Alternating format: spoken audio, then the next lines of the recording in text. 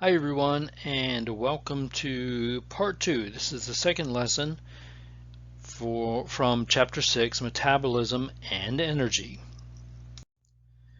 So we've covered these first 4 objectives in our first lesson. So what we have left to do here is define enzyme, describe the usefulness of enzymes in biochemical reactions, and define metabolism and describe its purpose or purposes with regard to cell function. So here we go.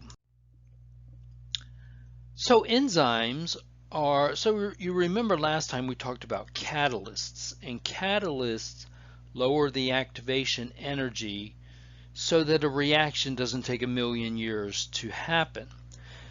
In biochemical systems, we call those catalysts enzymes.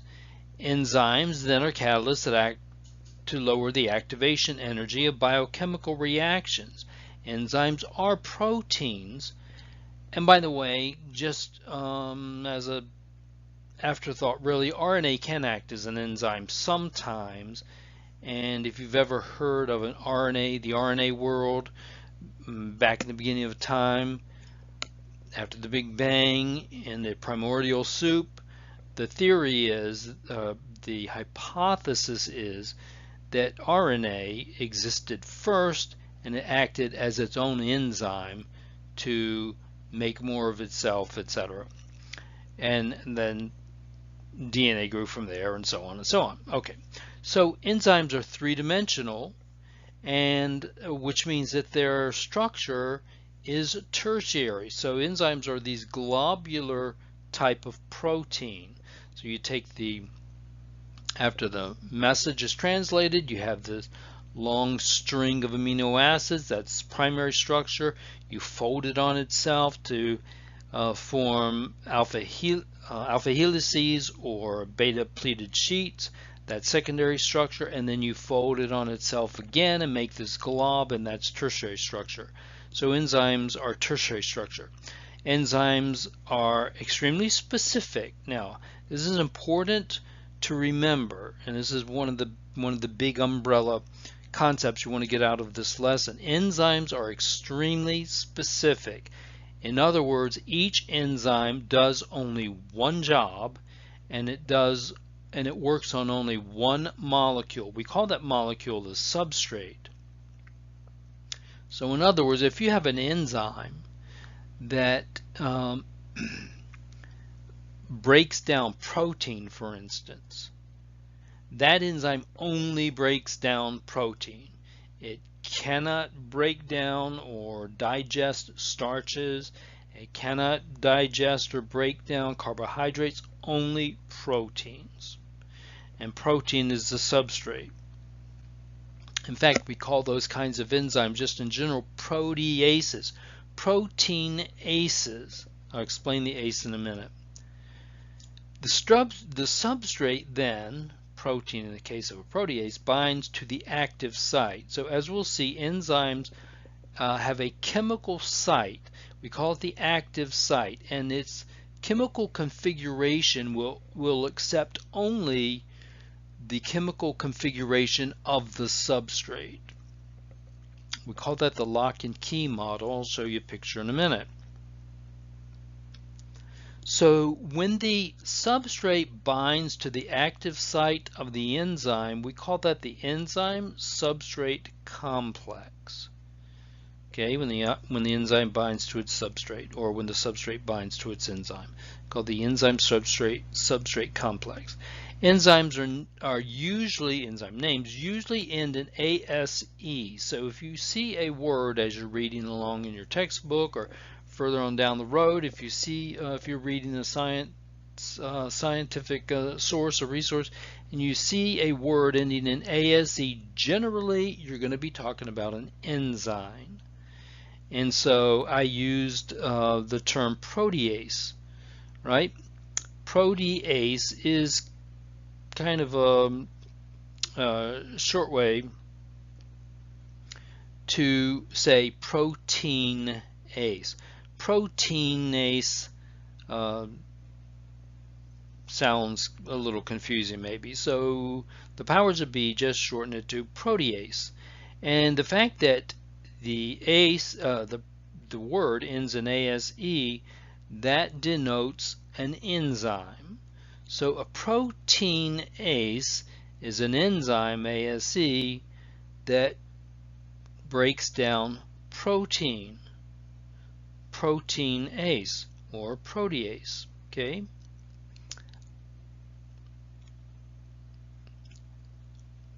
All right. We'll see more examples of enzymes in a little bit. All right, so here is that enzyme substrate complex. This is the big globular enzyme, tertiary protein and tertiary structure.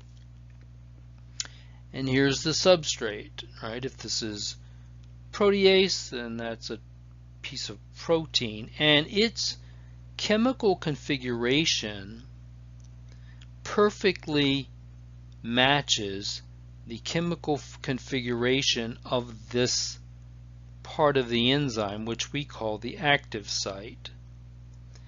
And when the substrate jumps in here and binds to the enzyme, we call this the enzyme substrate complex. Okay. We refer to it as a lock-in key. A lock-in key, or we call this the lock-in key model. And that is, remember that I said enzymes are extremely specific, right? One enzyme works on only one type of substrate. And so if we think about the situation, here is the enzyme, and if we think about this as a lock, we use that as an illustration, then the substrate is this one specific substrate is the only thing that is going to cause this enzyme to work. It's the only thing that's going to open up this enzyme to do its job. And so if we think of this, the enzyme, as the lock, then the substrate is the key. And since enzymes are very specific, like locks are very specific, only one type of key will fit into that lock to open the lock. Okay, so your key, the key to your car, will not fit into the ignition of my car so that you can start it up and drive it away. Okay, your key is very specific to your ignition. My key is very specific to my ignition. Okay, call that the lock and key model. So the chemical conformation, or the shape, the chemical shape of the substrate and the active site, allow them to bind together, like the lock and the key. Only one type of key fits into one particular type of lock. And so the substrate fits into the active site of the enzyme like a key fits into a lock, and we call that the lock and key model. If you ever see that or read that if you've read that in a textbook, now you know what that means. So after doing its job, this is interesting, after doing its job, the substrate is released from the active site. So in the case of protease, right, the protein binds to the active site of protease. Protease does the job of breaking down the protein, breaking chemical bonds, hydrolyzing chemical bonds, releasing amino acids. Okay, that's the job of protease, to break down protein into its component amino acids. It releases amino acids. Now, once that substrate, or really the products of the action of the enzyme at this point now, once they get released, then the enzyme is open, right? It's an open lock again. Not an open lock, but the hole where you put the key no longer has a key in there. So now that lock, another key can come in, another identical key can come in and open that lock or turn that enzyme on. So the substrate is released from the active site after the enzyme does its job, and the enzyme is free to act on another molecule. So that protease, once it releases its amino acids, it can take on another piece of protein. It can break that down, release amino acids, take on another piece of protein, break it into amino acids, release those amino acids, and so on and so on and so on. That unless something dramatic happens to that enzyme, and we'll talk about those situations in a second, unless something dramatic happens to the enzyme, it is free to flow throughout the system looking for more of its particular substrate. Okay, enzymes work best at homeostatic norms, right? So biochemical homeostasis or homeostatic balance, you've heard me use those terms before, are conditions in which the organism, your body for instance, is always striving to meet a blood pH of 7, which is neutral.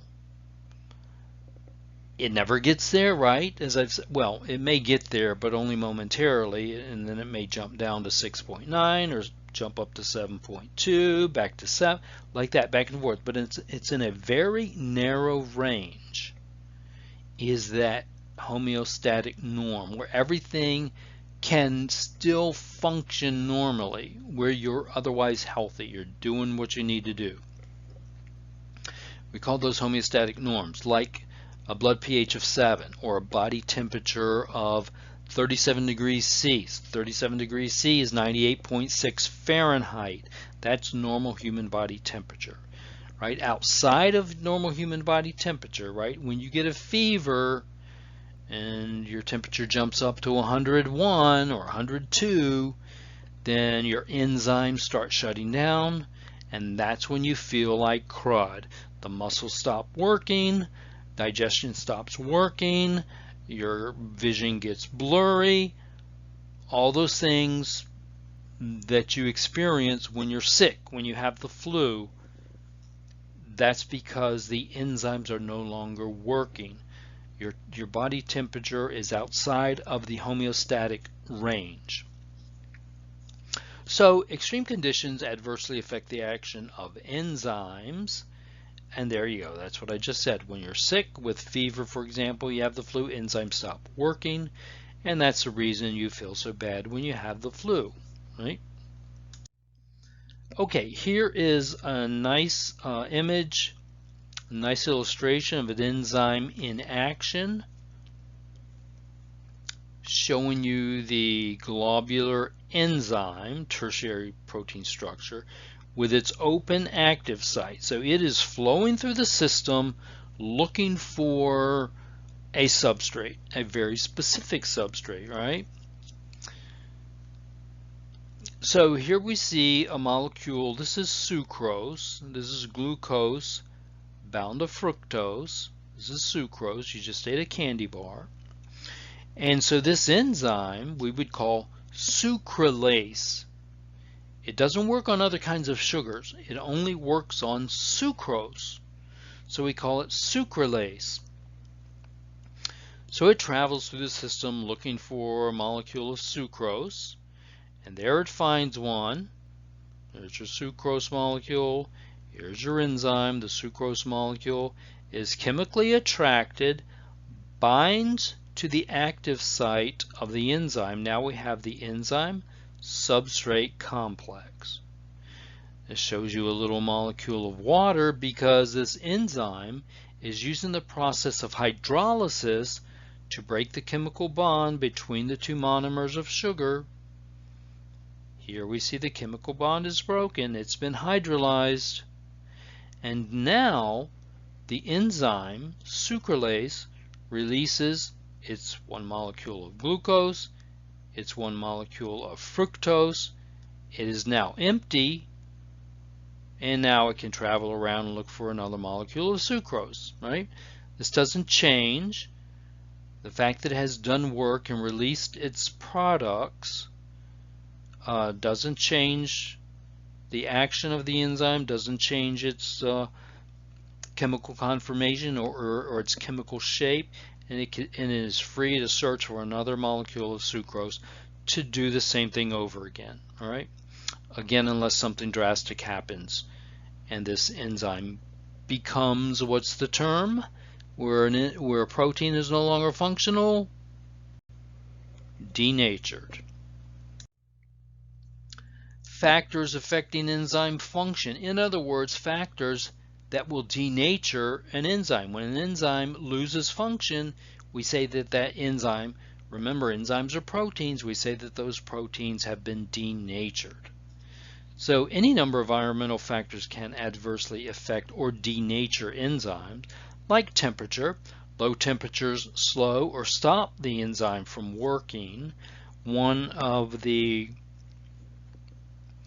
little exercises that you'll do in lab will very clearly illustrate this fact. Low temperatures, they do not denature enzymes, they do not destroy enzymes, but they do slow down, or if it's really, really cold, stop the enzymes from working. So that's why when you go outside in the wintertime, you know, and it's 5 degrees outside and there's 2 feet of snow on the ground, okay, you get cold, yes, but you get stiff.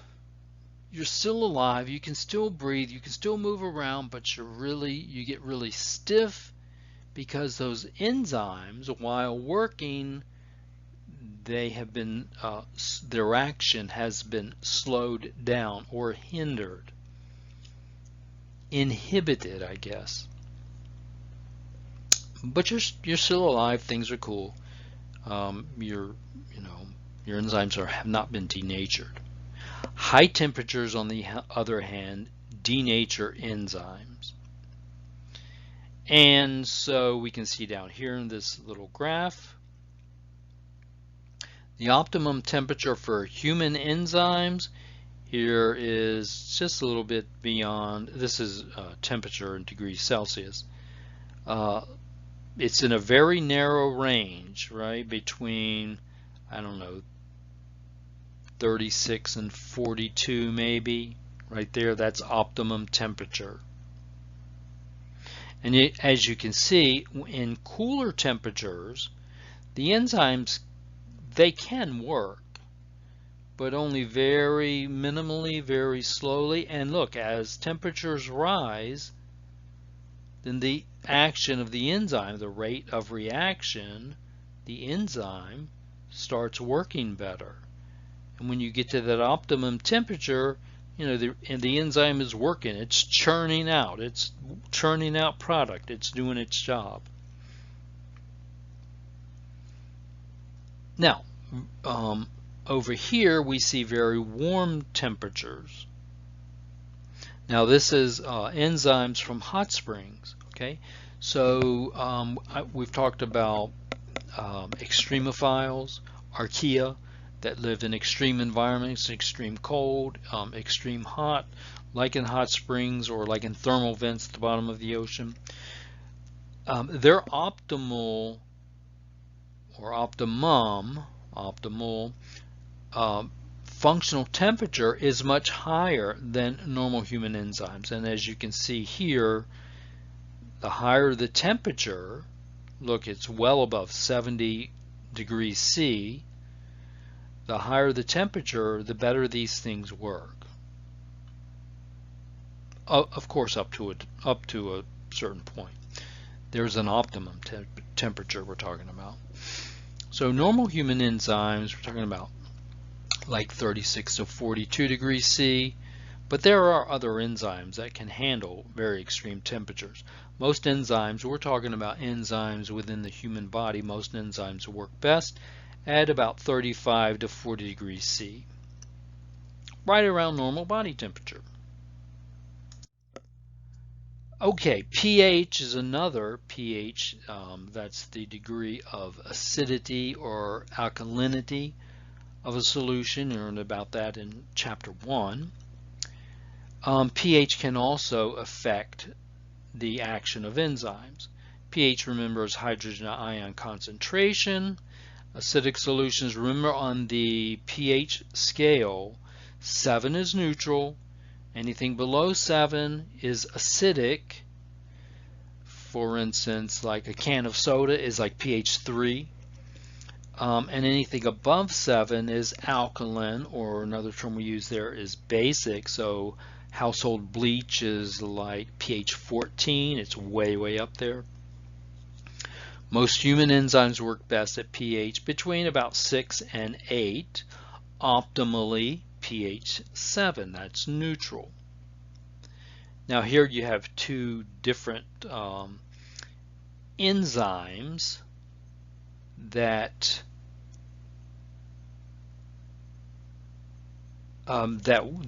these are digestive enzymes, and you can see here this is pepsin, and this is an enzyme in stomach acid, okay? And you can see here on the pH scale, this goes up 1 to 9, 7 is neutral. You can see on the pH scale that pepsin here, you don't have to remember pepsin and trypsin, but there are enzymes, like with temperature, there are enzymes that work outside of the norm, okay? And so in this case, pepsin is a digestive enzyme in the stomach, which is a very acidic environment. You know this. So in order for this enzyme, pepsin, to work properly, it must be able to work, function, exist in a much lower pH than normal or neutral. And as you can see here, pepsin is about 2.5 here, so it's it works perfectly in a very acidic environment. Versus trypsin, which is works very well in an environment, this is pH of about 6.5, right? And so most human enzymes work best in that very narrow range between about 6 and 8. So we're looking at 6.5, there's 7 neutral, here's 8. So right in that range.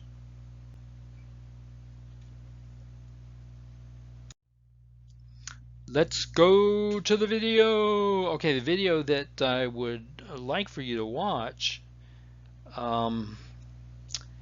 you'll have to do this on your own computer. I understand you can't get to these videos on your school computers. But it's a YouTube video. It's called Enzymes, Nature's Factory Workers.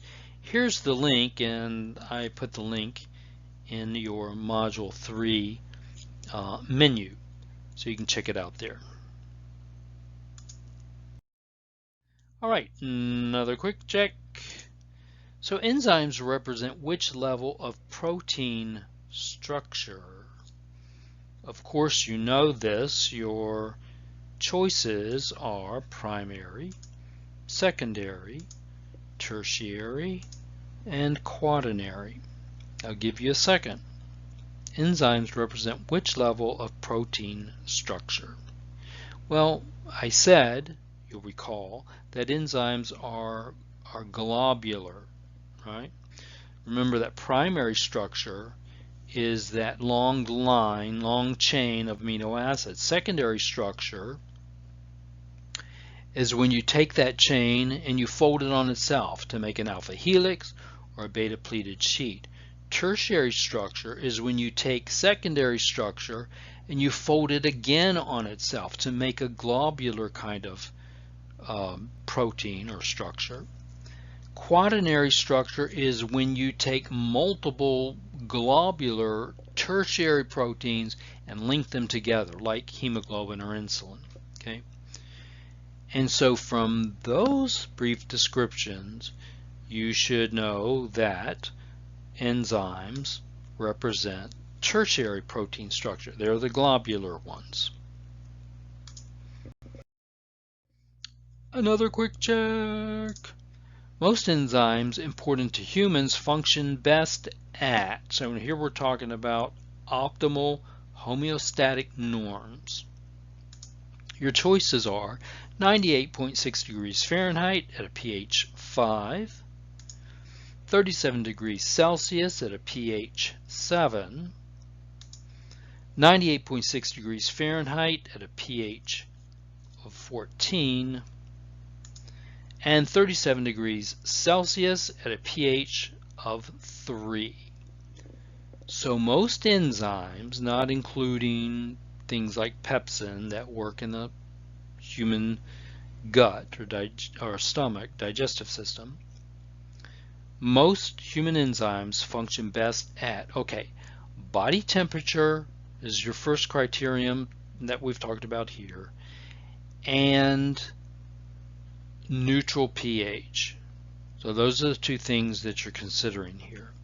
98.6 degrees Fahrenheit is certainly normal body temperature, but a pH of 5 is outside of that normal range, right, which is about 6 to 8. And that's really that's a wider range than most people would agree with, myself included. I think it's the range for most human enzymes is much more narrow. 37 degrees C. Now, if you didn't pick up on it earlier, and since this is science, we're talking about the metric system, which is Celsius. So 37 degrees Celsius is normal body temperature. 98.6 Fahrenheit or 37 degrees Celsius, normal body temperature. pH 7, and on the scale you know that pH 7 is neutral. 98.6 Fahrenheit, normal body temperature. pH 14, that's way basic or way alkaline. 37 degrees Celsius, normal body temperature. pH 3, that's like Pepsin, right? That's like your soda, you know, Pepsi, Coke, whatever you like, it's down there, pH 3. That's not normal for most enzymes. All right, so if you answered 37 degrees C, which is normal body temperature, and pH of 7, which is neutral, then that is absolutely correct. Factors affecting enzyme function, more things to consider here. An inhibitor is a substance that binds to the enzyme and decreases the enzyme's activity. So if something inhibits the enzyme, but it's not the enzyme's substrate, it's not sucrose with regard to sucralase, it's not protein with regard to proteinase, it's not starch with regard to amylase, something else binds in that site, and as a result, the substrate that enzyme is looking for cannot bind in that site, right? So that substance, whatever it happens to be, is inhibiting that enzyme from doing its job. And there's a couple different kinds of inhibitions that we must consider here. Feedback inhibition. Feedback. Now think about it. Right? You do some work in school, you hand it over to your teacher looks at it, she grades it, she gives you feedback, right? So it's like a completion of the circle. Keep that mental image in mind. So in feedback inhibition, the end product of a pathway inhibits the further action of the enzyme. Okay, the end product of the pathway inhibits the further action of the enzyme. So in other words, the enzyme is doing a job, right? It's acting on a substrate, and when it acts on the substrate, it releases a product. Remember, the enzyme is going to break those chemical bonds, break those covalent bonds, and it's going to release the product. Sucralase is going to break the covalent bond between glucose and fructose. It's going to break that bond and release glucose and fructose. Now, so feedback inhibition says if you get too much sucralose, or if you get too much glucose in the system, or fructose in the system, when I'm talking about the system, in this case I'm talking about your body, but if you get enough of those monomers in your bloodstream, for example, then they feed back to the enzyme and they say, look, don't break down any more sucralose, don't make any more glucose, don't make any more fructose, we're full right now, just hold your horses, right? Don't proceed, we'll let you know when we need more. That's feedback inhibition. That's the end product inhibiting the action of the enzyme. A great example here is excess cholesterol in blood, inhibiting the production of cholesterol in the liver, right? We have an enzyme that is generating cholesterol. It's producing cholesterol in the liver. Okay, so it's going to produce cholesterol, more cholesterol, more cholesterol, more cholesterol. And when you get enough cholesterol in the system, then that cholesterol feeds back on the enzyme, and it tells the enzyme, hold your horses, stop. We don't need any more cholesterol, right? It feeds back to the enzyme, thereby inhibiting the action of the enzyme. In this case, inhibiting the production of cholesterol. So the product of the pathway, cholesterol, feeds back and inhibits the production of cholesterol. And then when your cholesterol runs low, then the enzyme kicks into gear, more cholesterol, like that. That's feedback inhibition. Another type of inhibition is competitive inhibition. Okay, so to go back to this thought about the inhibitor, in feedback inhibition, it's the end product of the pathway, in this case cholesterol, that is the inhibitor. Cholesterol inhibits the production of cholesterol by the enzyme. That's feedback inhibition. Competitive inhibition is when the inhibitor competes with the substrate for the active site. So within the milieu, within your body, you have the substrate, say protein. If we're talking about protease, you have the protein there, and then there is something else, right? Maybe it's some sort of lipid or some sort of other molecule that will also fit into that active site of that enzyme. Now, remember what I said before. Enzymes are very specific. Only the right key will fit into the enzyme lock. But remember, think about this, like in a motel, right? Your key fits into your door, room 106.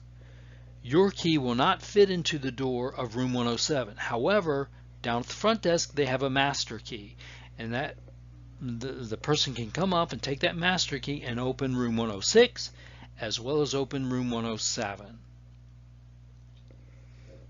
Okay, crazy example, huh? But what happens here is there are other things, we call them inhibitors, and it's not always the case, and it's not predominantly the case, but there are other things that will fit into that lock, like a master key. And when the master key, when the master key is in that lock, your key cannot fit into the lock and open the lock. I guess that's really not a great example because a master key will open the lock. But if you're staying in room 106 and your friend is staying in room 107, your friend can bring their key from 107 and fit it into your door. The key fits into your door. It just doesn't unlock the door. All right, and when your friend's key is in your door, you cannot get your key into your lock to open your door. All right, that's really actually a better example of competitive inhibition. So their key will fit into your lock, and when their key is in your lock, you can't fit your key in there. So their key is competing with your lock, competing with your key for your lock. Does that make sense? So the inhibitor competes with the substrate for the active site. So if the inhibitor binds in the active site, then the substrate cannot bind in the active site. And so the inhibitor competes with the substrate for the active site. All right?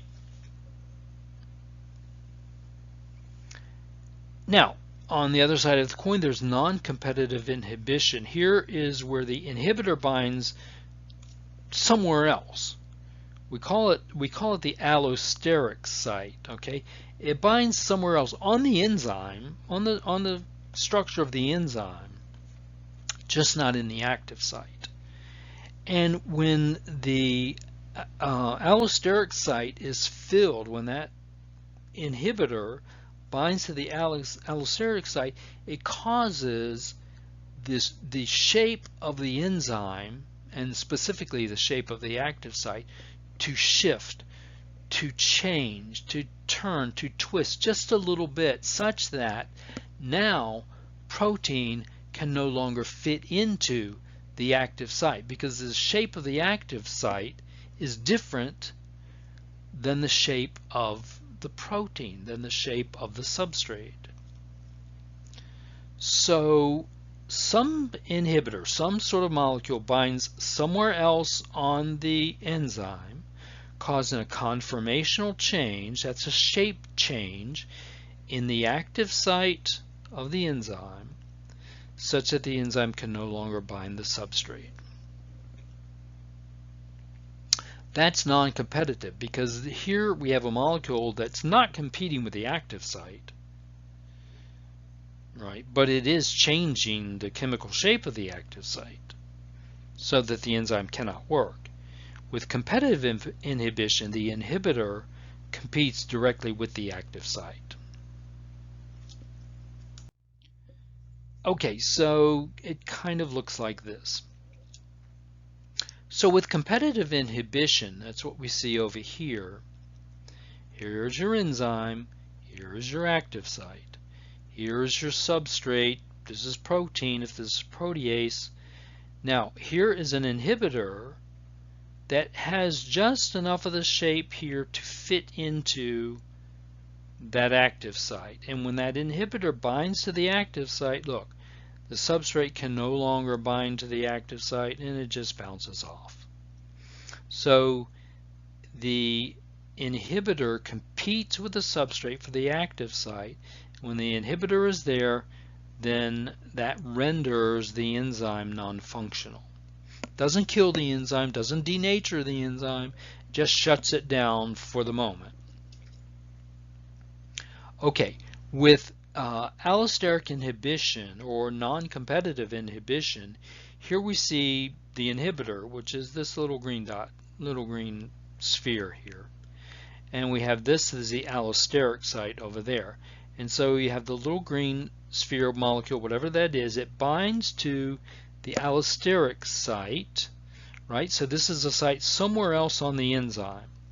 And when that happens, the shape of the active site changes, it shifts, it twists, it turns just a little bit, such that the substrate can no longer fit in there, can no longer bind to the active site. So the inhibitor, the allosteric inhibitor, does not compete with the substrate for the active site. It binds somewhere else, and when it does that, it changes the shape of the active site such that the substrate can no longer bind there. Okay, and then we have coenzymes. You've heard of coenzymes before. You see commercials about CoQ10 on television. You've heard of coenzymes. You may even take a coenzyme supplement. I do. Coenzymes transfer electrons from one enzyme to another. All right, so they work between enzymes. They help enzymes work. So you take enzymes from electrons from one enzyme, you shift them to another enzyme, so it just helps enzymes function. Coenzymes are not used up. They just continuously flow in the milieu and they do their job.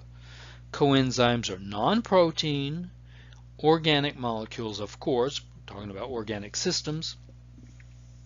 And examples that you're familiar with are vitamin B6, vitamin B12, and you've heard certainly of CoQ10. CoQ10 is like everywhere all the time. and because of that we call it ubiquinol. If something is ubiquitous, it's everywhere, it's all the time. It's like oxygen in the air, right? Oxygen is ubiquitous in our environment.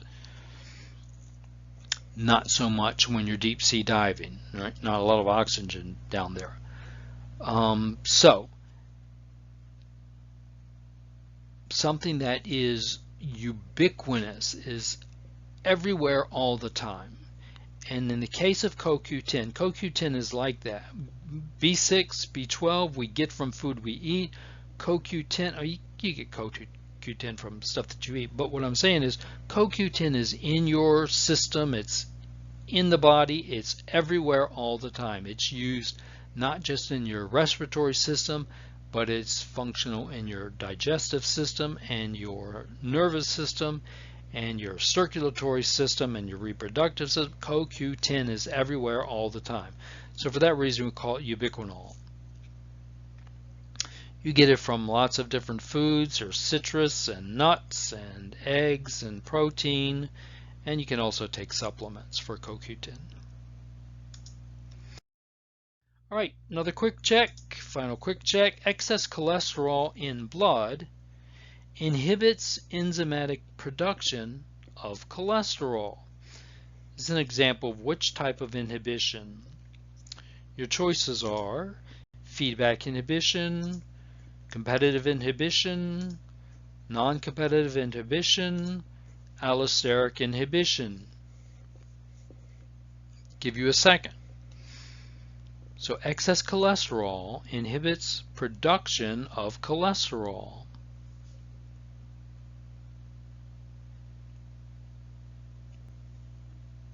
If you answered feedback inhibition, you're absolutely correct. Look what's going on here.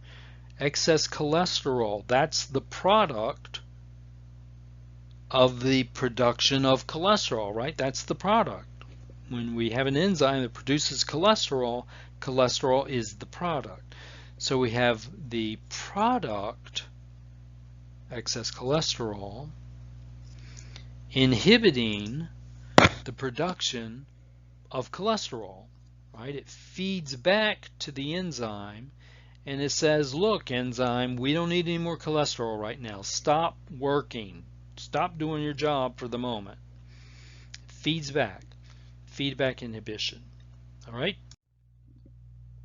Metabolism. Metabolism is the sum total of all reactions performed by an organism. It's the breakdown of food. It's the building up of muscle. It's the digestion of your hamburger, and it's the creation of energy. So it's the sum total of everything.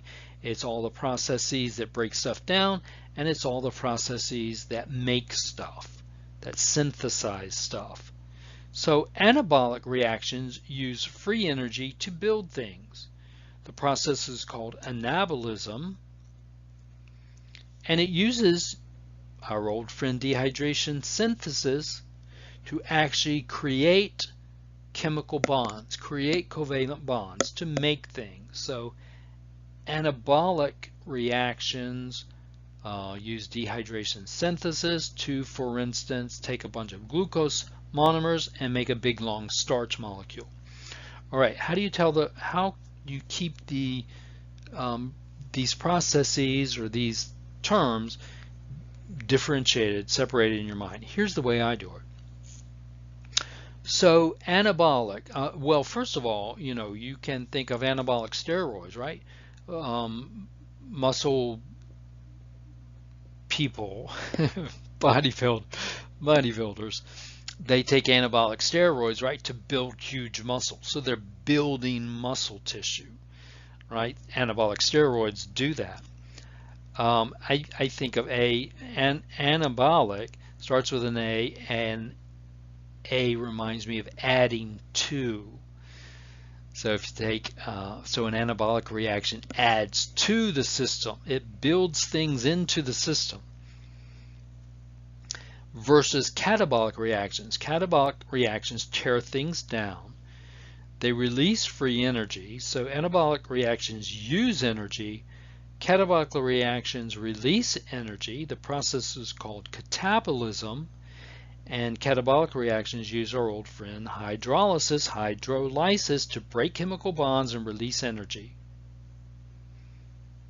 So when you make, when you want to do active transport, right, you have to cleave that terminal bond of ATP. That's a catabolic reaction. We're using energy by breaking that terminal bond, pyrophosphate bond and ATP, to drive active transport. That's a catabolic reaction. Okay, you'll see the way my mind works here. So catabolic reminds me of catapult. You know what a catapult is. You know, back in the Middle Ages, right, they used to have those big wooden structures on wheels, right, and the soldiers used to roll that big thing up to the wall of the castle, and it had a big arm on it. And you used to put a big boulder or a rock or a big fireball on the end of that arm, and they pull the cord, pull the ripcord, and the big arm shoots the boulder over the wall or shoots the fireball over the wall. The idea is to destroy whatever is inside, to catabolize whatever's inside, to tear down whatever's inside. When I see catabolic or catabolism, I think of catapult. Now you know how my mind works. So I'm going to add to with anabolic reactions. I'm going to tear apart with catabolic reactions.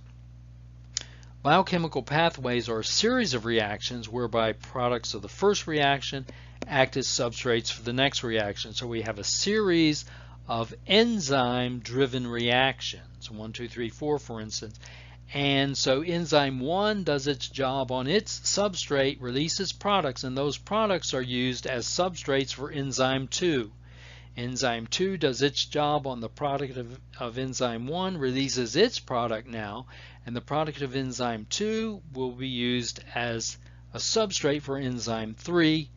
Product of enzyme 3 is a substrate for enzyme 4, and finally, when 4 releases its product, that's the end of the pathway. That's the end of the system.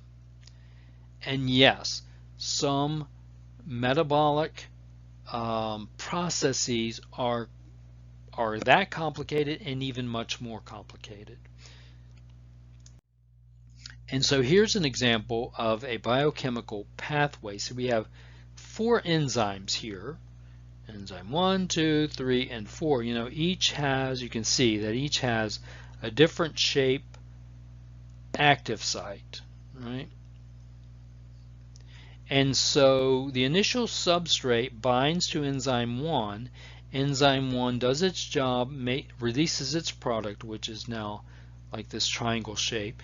So that is, and we call this an intermediate substrate. It binds to, and you can see that these are all connected together. We'll see this when we talk about cellular respiration in the next chapter. But this product then becomes an intermediate substrate, which then fits into the active site of enzyme 2.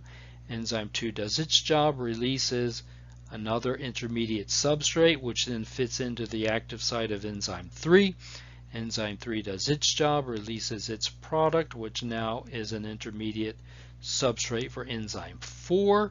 It fits in there. Enzyme 4 does its job and releases the end product, the final product. So we have to go through all this process to end up with this, which is useful. These are not useful to the organism. They're only useful in the process. It's the end product that is useful to the organism. And yes, many enzymatic reactions, processes are made up of a number of enzymes. Many processes within the body are these chemical pathways, and some of them are much more extreme or advanced than just 4 enzymes. Some of them can have 10 enzymes or 50 enzymes, okay? But that's a biochemical pathway where the substrate of the first enzyme, or rather the product of the first enzyme, is used as the substrate for the second enzyme. The product of the second enzyme becomes a substrate for the third enzyme, and the product of the third enzyme becomes a substrate for the fourth enzyme, with the end product being the useful product. All right, feedback inhibition kind of jumps back to when we were talking about feedback inhibition, but here's an illustration of that.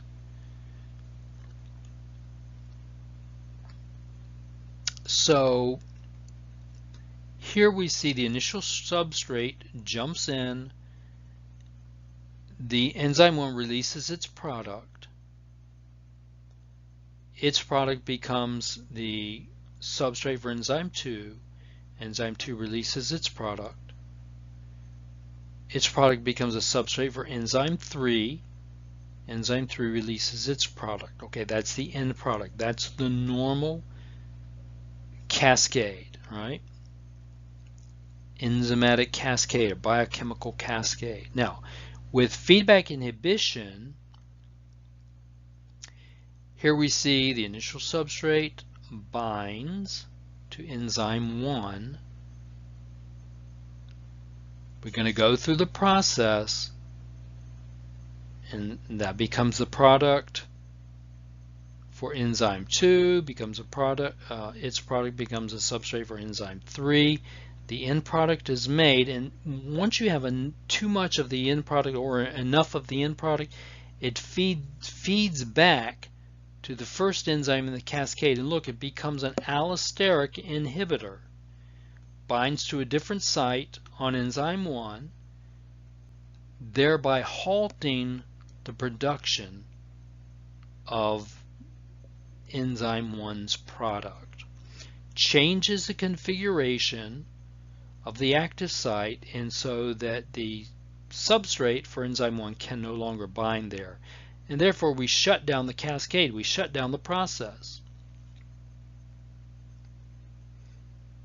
And then when you run out of this stuff, this is going to pop off, the shape is going to change back, and we're back to the normal cascade.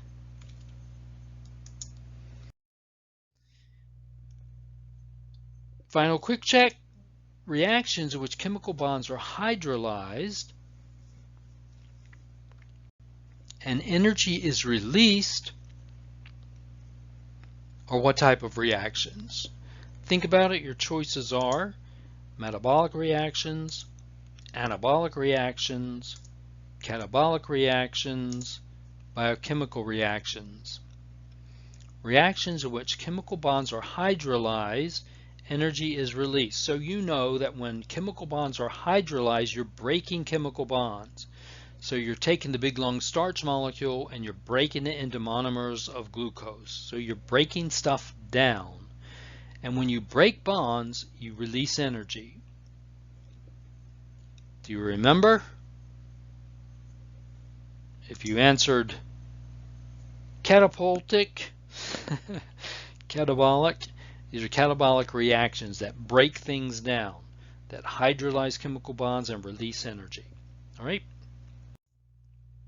That is the end of this lecture, the second lecture for Chapter 6. And now you have everything you need for Chapter 6. And next week we move on to cellular respiration. Thank you.